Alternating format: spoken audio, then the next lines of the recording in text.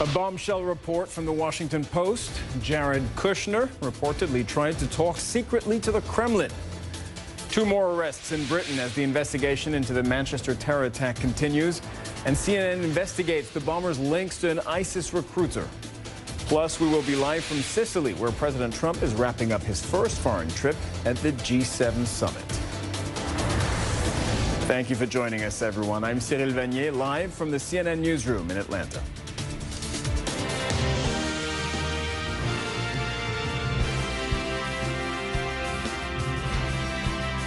Jared Kushner reportedly tried to set up a secret back channel that would have allowed him to talk to the Kremlin without being monitored by U.S. intelligence agencies. Kushner is a top advisor to President Donald Trump, and of course he's also his son-in-law. The Washington Post reports that Kushner brought this up with the Russian ambassador in a meeting at Trump Tower in December. CNN's Jessica Schneider has the latest. New reporting that the president's son-in-law and top advisor Jared Kushner proposed setting up secret methods of communication with the Kremlin back in December. The Washington Post first reported this, and now the New York Times is adding that the back channel of communication was meant to discuss strategy in Syria and other policy issues. U.S. officials briefed on intelligence reports told the Post that the intelligence community picked up these details when Russian Ambassador Sergei Kislyak reached out to his superiors in Moscow. Now, during a meeting in December, the Post reported that Kislyak said that Kushner suggested using Russian diplomatic facilities in the U.S. to correspond directly with the Kremlin, as opposed to the State Department or another agency setting up a secure communication, which is usually typical. Now, the Post and the New York Times report that this meeting between Kushner and Ambassador Kislyak was also attended by Michael Flynn, the fired national security advisor, who is himself under investigation. The Post suggests that Kushner wanted this back channel to Russia to avoid being picked up by U.S. intelligence that regularly listens into these foreign phone calls. No one from the White House is responding to this report, and neither Kushner nor his lawyers are putting out any statements. Jessica Schneider, CNN, Washington. And CNN's Claire Sebastian is in Moscow. Claire, once again, Russia is at the center of the latest allegation facing the Trump White House. Yeah, absolutely, Cyril. You know, we've just actually got a comment on this from the Russian Foreign Ministry. I want to read you. I got a text message from the Russian Foreign Ministry spokeswoman, Maria Zakharova. She called this McCarthyism or just internal political squabbles. That's specifically in reference to the Washington Post report that Jared Kushner apparently asked Russian ambassador to the U.S., Sergei Kislyak, to use a secure channel at the embassy. Now, this is very much in keeping with the rhetoric that we've been hearing coming out of Moscow as this stream of revelations have come out about alleged contacts between the Trump team and Russia. They have been keen to distance themselves for this, to appear as a calm and professional amid the chaos going on in Washington. And the reference to McCarthyism is another kind of theme that we've seen emerging here. Russia trying to suggest that Trump's opponents are using Russia as a way to hurt his administration. But certainly, there have been many moments as these revelations have come out that could have been potentially awkward for Russia. Certainly the firing of Michael Flynn back in February, when it was revealed that the sanctions were discussed in his contacts with Russian ambassador to the U.S., Sergei Kislyak, was awkward for Russia. This is not one of those moments, Cyril. This is not Russia being accused of potentially going against the normal protocol of contacts here. This is something that is more embarrassing for the Trump administration. But there's another potential connection between Jared Kushner and Russia. Kushner is also being looked at for ties to a Russian banker who's believed to be close to the Russian President Vladimir Putin. Tell us more about this banker. Yeah, this is Sergei Gorkov, who runs Vneshekonom Bank. This is not a regular commercial bank. This is a kind of a development bank that funds infrastructure projects and provides credit lines to businesses and commercial banks here in Russia. He is known to have met with Jared Kushner, that meeting arranged by the Russian ambassador Sergei Kislyak during the transition. Now, that is particularly interesting because of the conflicting reports about that meeting that emerged from both sides. The White House said that Jared Kushner met with Sergei Gorkov in his role as an advisor to the then president-elect, as a conduit, was how Sean Spicer put it. But on the Russian side, VEB Bank said that this was part of their, what they called their roadshow, their 2016 roadshow to advance their new development strategy. And they were meeting with Jared Kushner as in his capacity as head of Kushner Companies. So, the question still remains whether this was a business meeting or a political meeting, but certainly these new revelations today about Jared Kushner from the Washington Post could be seen to make the argument that this was a business meeting perhaps less convincing, Cyril. Reporting live from Moscow, Claire Sebastian, thank you very much. And earlier I spoke about all this with CNN political commentator Ryan Lizza. Listen to this. I think it fits in with the pattern that we have seen that is caused the FBI to look at Jared Kushner and others, former Trump officials, very carefully. And it's a pattern of concealing contacts with Russians. We saw this with Jeff Sessions, who is now the Attorney General of the United States. He did not disclose a meeting he had with the Russian ambassador. He never really explained why. We saw this with Michael Flynn, the former national security advisor, who is now under a criminal investigation by the FBI. He had a very sensitive conversation with the Russian ambassador. He was the nature of that conversation was picked up by U.S. surveillance. It was then leaked to the press. And when he was asked to buy it by his superiors at the White House, he lied about it. When that eventually became public, he was fired.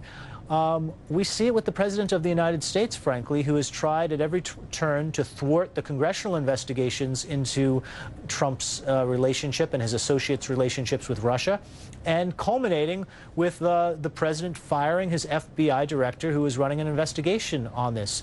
So the latest news, Jared Kushner telling the Russian ambassador that essentially he wanted to circumvent U.S. communication systems and essentially use the communication system of an adversary to communicate with the Russians. Yeah, I mean, that's one of the many eye-popping details there. Who does that? I mean, even if you're in your 30s and you're not used to world diplomacy, using the security apparatus of another country, especially a country that is not at that point in time an ally, yeah, that just doesn't happen, does it?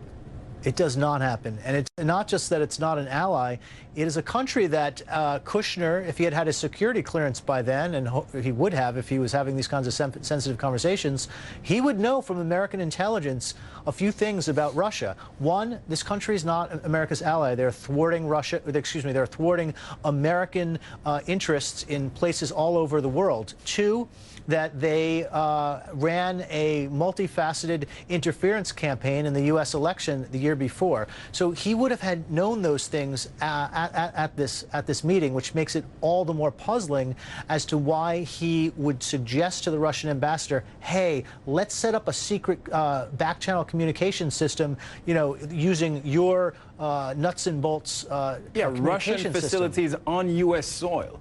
Yeah, so that is jaw-dropping, and frankly, to me, there's been this question of where's the evidence of collusion between the Trump folks and the Russians. Well, this sounds a lot like collusion. This sounds a lot like we're worried about being picked up by either the FBI or other American intelligence, and we need to hide and conceal our communications, so let's use your stuff instead. Okay, but wait, Ryan, let's look at this with an open mind.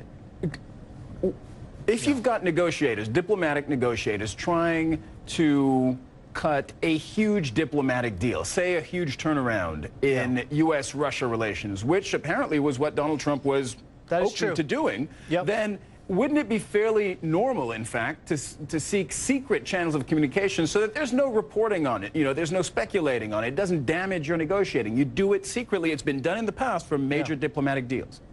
Well, I guess what is so strange is essentially if you want to talk to the Russians about sensitive American issues and you want to do some sort of reset, the way you do that is you talk to the ambassador. You don't need, as far as my understanding, I don't quite understand what the necessity of using Russian communications equipment to talk to Moscow, why that's necessary. You just sit down and talk to their ambassador. And then the second question is, why not wait until the president is sworn in on January 20th? why go through the trouble of setting this up? Yeah, they would have had just a month and a half to wait. I'm glad you point that out. Before, of course, they would have had all the levers of power and all the tools of U.S. intelligence and communications. Absolutely. But so that's why I come back to, so maybe there's obviously a lot more we need to learn about this, and we need to hear from Jared Kushner. We need to hear him explain it. Apparently, Michael Flynn, who at that time was the incoming national security advisor, was also in this meeting. We need to hear Flynn's account of this. I don't think we'll necessarily get the Russian ambassador's side of the story on this, but you know, tonight we have more questions than answers, but the pattern of all of these leaks and revelations of the last 2 weeks are Trump officials hiding contacts with Russian officials. We just don't know why. Right, and so far at this hour, there's been no comment, as you mentioned, either by the White House, by the Russian ambassador, or even by the lawyer of Michael Flynn, who was sitting in on that meeting. Ryan Liz is CNN political commentator. Thank you so much. Thank you.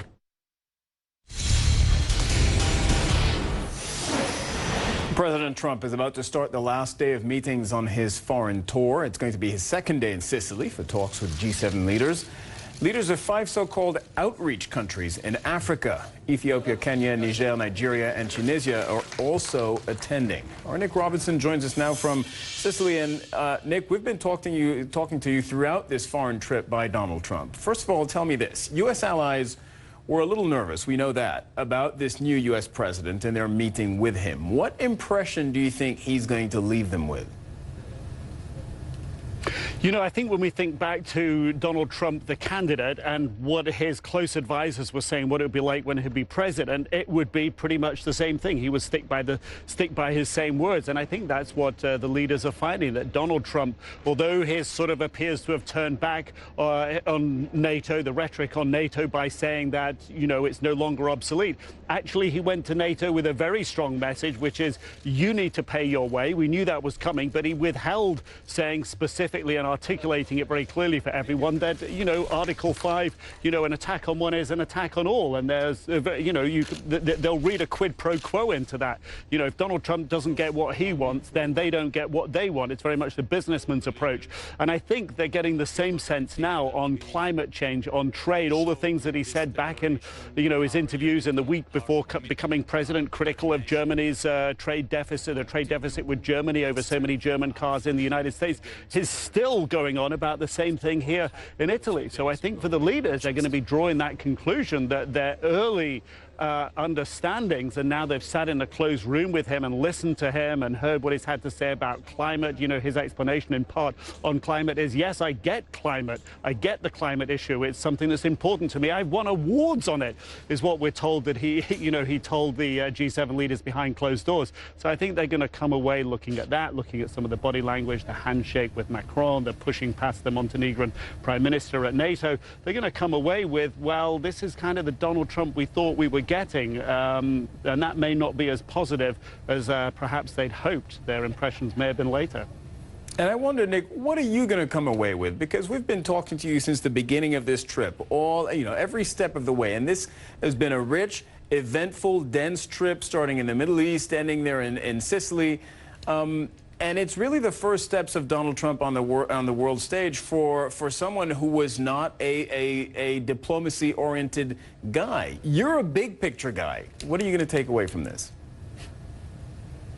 This is a president who's gone out onto the world stage and has been entertained by the Saudis. He's had the red carpet rolled out in Israel. He got to meet the Pope, which was a big deal for him.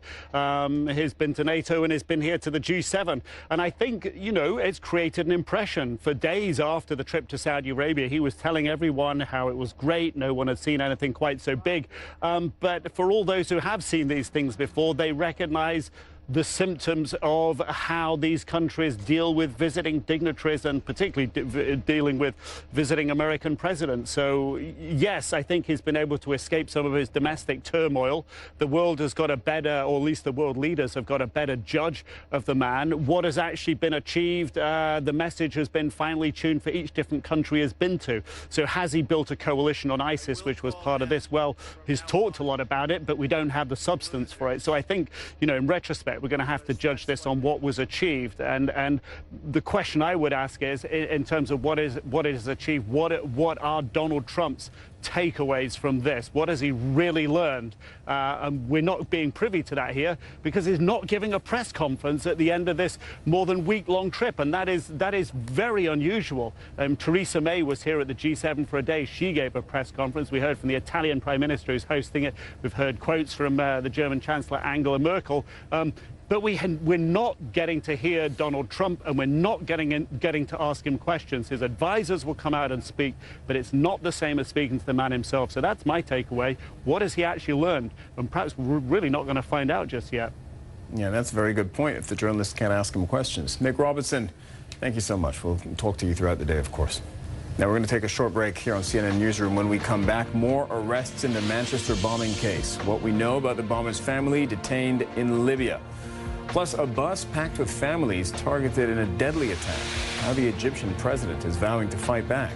Stay with us.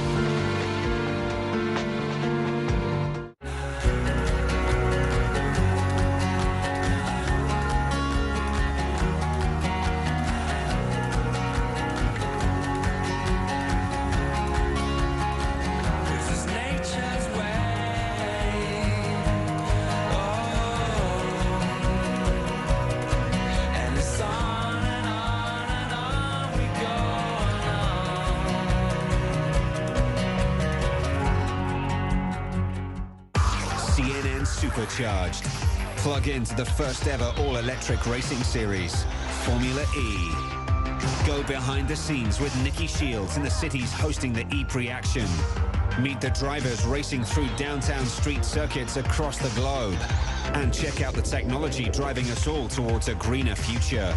CNN Supercharged. Tonight on CNN in association with DHL. With information moving at lightning speed, you need a news program to help put it all into perspective. We move fast and deliver in-depth world news and emerging tech trends, bringing what's next into focus for you. And that is Newsstream, the only international news program anchored from right here in Hong Kong. And we're happy to have you along for the ride. Newsstream with Christy Lou Stout. Weekdays, only on CNN. All new Inside Africa. Unlocking the mysteries behind the continent you thought you knew.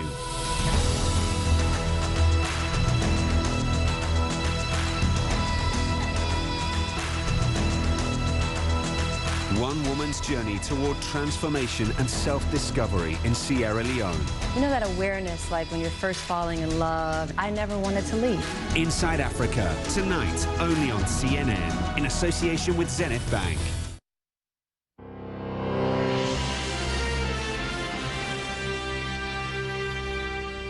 British officials say they're trying to contain a network that they believe is behind Monday's Manchester suicide bombing attack that killed 22 people, many of them children. They've just arrested 2 more men, so 11 are now in custody. Atika Schubert in Manchester has been looking into the bomber's past to find out more on his possible connections to terrorist networks. British police had told CNN that Abedi was known to authorities, but they didn't say exactly what his connection might be to any known terror networks. Well, we spent the day going to his old neighborhood and investigating, and what we found was a very concrete link to a terror recruiter. Where did Salman Abedi turn to ISIS? 2 possibilities, Syria and Libya, but the answer may be much closer to home. Last year, Abedi was seen with this man, Abdel Rauf Abdallah, also British Libyan, but now in prison, convicted for funneling fighters into Syria. A seasoned veteran wounded in the 2011 Libyan revolution, Abdallah needs a wheelchair, which is why several worshippers at the Ar-Rahman Mosque remember him and Salman helping to push the wheelchair at Friday prayers. Khalid Al-Council saw them together a year ago. Do you remember seeing Salman Abedi at the mosque? Yeah, I see him sometimes in here in the mosque. He comes usually as in Friday. And the same I said to you, because he comes, the last time I see him, he was pushing the guy with the trailer. He's a disabled guy. Also from Libya? Yes, yeah, he's from Libya, yeah. He was very quiet. He come to the mosque, he sat in the mosque and pray and he goes. That seems like as a normal person. The mosque is in Manchester's rough Moss Side neighborhood. Khalid Al-Kansal, a Libyan mechanic here for 17 years, told us the attack has hit the Muslim community hard. Every single Muslim is affected with this, what he done. Because everyone, he looked at the Muslim, what he done. And this is actually, it's not right things to do. He affect me, too many brothers in here, he affected them. Yeah. And even now we scared, even my wife, she's scared to go to the town. The Abedi family attended the larger mosque in the upscale Didsbury area, but its sermons against ISIS and extremism pushed Salman to the fringes. The Obaidi family, especially the father and the older brother, they're quite respected and well-known in the Libyan community here. And there were normal people, there was nothing abnormal about them. However, Salman was kind of isolated and inverted, and he was not engaging with the Libyan community here, and actually most of his friends were outside of the Libyan community. Now, the picture that's emerging of Salman Abedi is that of a lonely young man drifting between communities here, but he didn't have to go far to find other young men and women vulnerable to extremism. Around the corner from Abedi's house at the Wali Range High School, Zahra and Salma Halane caused a stir when they ran away from home to join ISIS. Even when the Halane twins reached Syria, they met up with an old friend from Moss Side, Ralph Hosty, notorious for being ISIS's most prolific British recruiter, believed killed in a drone strike. Local media, citing British investigators, say he too is linked to Abedi. Many came here to escape wars at home. Now some worry about raising their kids here. Is everybody he worried about his children? You have sons of your own. Yes, yeah, I mean, you have to worry about them. Violent extremism, he told us, is a danger no parent can afford to ignore. Now, British police have said they are rolling up this network. However, keep in mind that hundreds of fighters left Britain to go join the war in Syria. Many of them have returned. So it's difficult to know exactly how much of this network has been wrapped up. The Egyptian Air Force launched airstrikes on so-called terror camps just hours after a deadly attack on Coptic Christians on Friday. State television reports that the camps were in eastern Libya. CNN has not confirmed that. The Egyptian president says he acted in the interests of national security. Meanwhile, funerals were being held for the 28 people who were killed when gunmen fired on their bus. Many of those victims were children. 23 others were injured in that attack. Some are now in critical condition. CNN's Ian Lee has the latest. We're getting pictures of the aftermath of the attack, and what you can see is a burnt-out bus riddled with bullets. We're told that 10 assailants carried it out. They were dressed in fatigues. They had black masks. Over 24 people were killed, many of them men, women, and children. The injured were taken to Cairo to a hospital. Now, this bus was traveling from Minya to St. Samuel Monastery along a desert road. This is isolated. It is a lawless area. The assailants were able to slip into the desert. Egypt's security forces are scouring it, trying to find them. The president, Abdel Fattah al-Sisi, convened an emergency session of his Security Council to discuss this attack. Egypt is already in a state of emergency since last April's attack, when ISIS had 2 suicide bombers blow up at 2 different churches, killing 45 people. When I talk to Christians after such attacks, they tell me that a lot of the time that they blame the government for not providing enough security. That is a tall order, though, as there's believed to be roughly 9 million Christians living in Egypt. Now, while no one has claimed responsibility for this attack, it does bear the hallmarks of ISIS. And ISIS has said in the past that Egypt's Christians are their favorite prey and that they will create a river with their blood. Ian Lee, CNN, Istanbul. An Australian woman who was convicted of drug smuggling in Indonesia 12 years ago will be going home. Chappelle Corby, glimpsed briefly in this video in Bali, will be deported on Saturday. She was arrested in 2004 while traveling in Indonesia with family and friends. Authorities at the airport in Bali found more than 4 kilos of marijuana in her bag. Corby said she had no knowledge of the drugs until customs officers found them. A year later, following a high-profile trial, Corby was convicted of drug trafficking. She was sentenced to 20 years in prison. Corby, who's now 39 years old, served 9 years of her sentence, and she was released in 2014. She's remained on parole, unable to leave Indonesia until now. At least 91 people are dead and dozens more missing in Sri Lanka after monsoon rains triggered flooding and mudslides. This is believed to be the worst floods in Sri Lanka since 2003. The military is assisting with search and rescue operations in the south and in the west of the country. Rescue agencies say some 20,000 people have been forced from their homes. Well, Derek Van Dam from the CNN International Weather Center has been looking at this for us, working on this throughout the day. There's also an urgent appeal to the United Nations for aid and assistance right now as well. That's coming from the Sri Lankan Ministry of Foreign Affairs. Floodwater continues to rise, and there's more rain in the forecast. Check out the footage coming from this region and just what residents there are having to deal with. We heard from Cyril a moment ago, 20,000 people forced from their homes, and the latest figure here is 110 people missing from what they're calling some of the worst flooding in decades across this part of Sri Lanka. Let's get to the graphics. You'll be able to see what's happening exactly. Look at the livelihoods that are just being completely devastated by this. Homes and businesses being completely surrounded by water. People not able to leave their homes because there's simply nowhere to go. There's so much water. What exactly is happening here? We've got a significant and very stubborn area of low pressure associated with the onslaught of our annual monsoon that typically moves in about this time of year. Unfortunately, we got too much rain too quickly with this monsoon. In fact, over 450 millimeters in a 2-day period.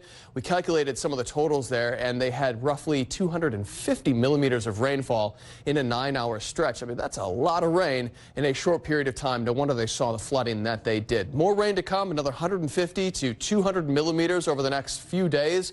So certainly landslides and flooding a possibility. But we looked into the topography of Sri Lanka, and there are highlands across the south central parts of the island. And what this does is it takes the ocean currents, the ocean-laden, moisture-laden air, and it pushes it against the mountains or the highlands across south central Sri Lanka. And think of it as a wet sponge. You push it against a wall, it squeezes out all the available water. Well, that's what happens. It cools, condenses, creates cloud, and ultimately rainfall or precipitation. And sometimes it becomes just so heavy that we see the flooding, and with mountainous terrain across the area, we also see landslides. And this is also adding to the total in terms of fatalities across this part of the world. You can see residents here cleaning up from one of the many landslides that took place. So here's the progression of the Indian monsoon that occurs this time of the year, and it's just right below where it should be. And in fact, it continues to progress further and further inland. But this is the juxtaposition that we talk about so frequently this time of the year, because they desperately need the rain to get relief from the heat. By the way, temperatures soared to 51 degrees across Pakistan and northern India. Well, they want the rain now, but it's still several weeks away for them. It's currently located in Sri Lanka and the southern portions of India. So that's the difference there. It's either extremely hot or it's extremely wet this time of the year. And we often talk about these two varying weather patterns. All right. Derek Van Dam, thank you very much. With the weather behind this tragedy, 91 people dead in Sri Lanka. Thank you very much. And thank you for watching CNN Newsroom. I'll be back with the headlines in just a moment. Stay with us.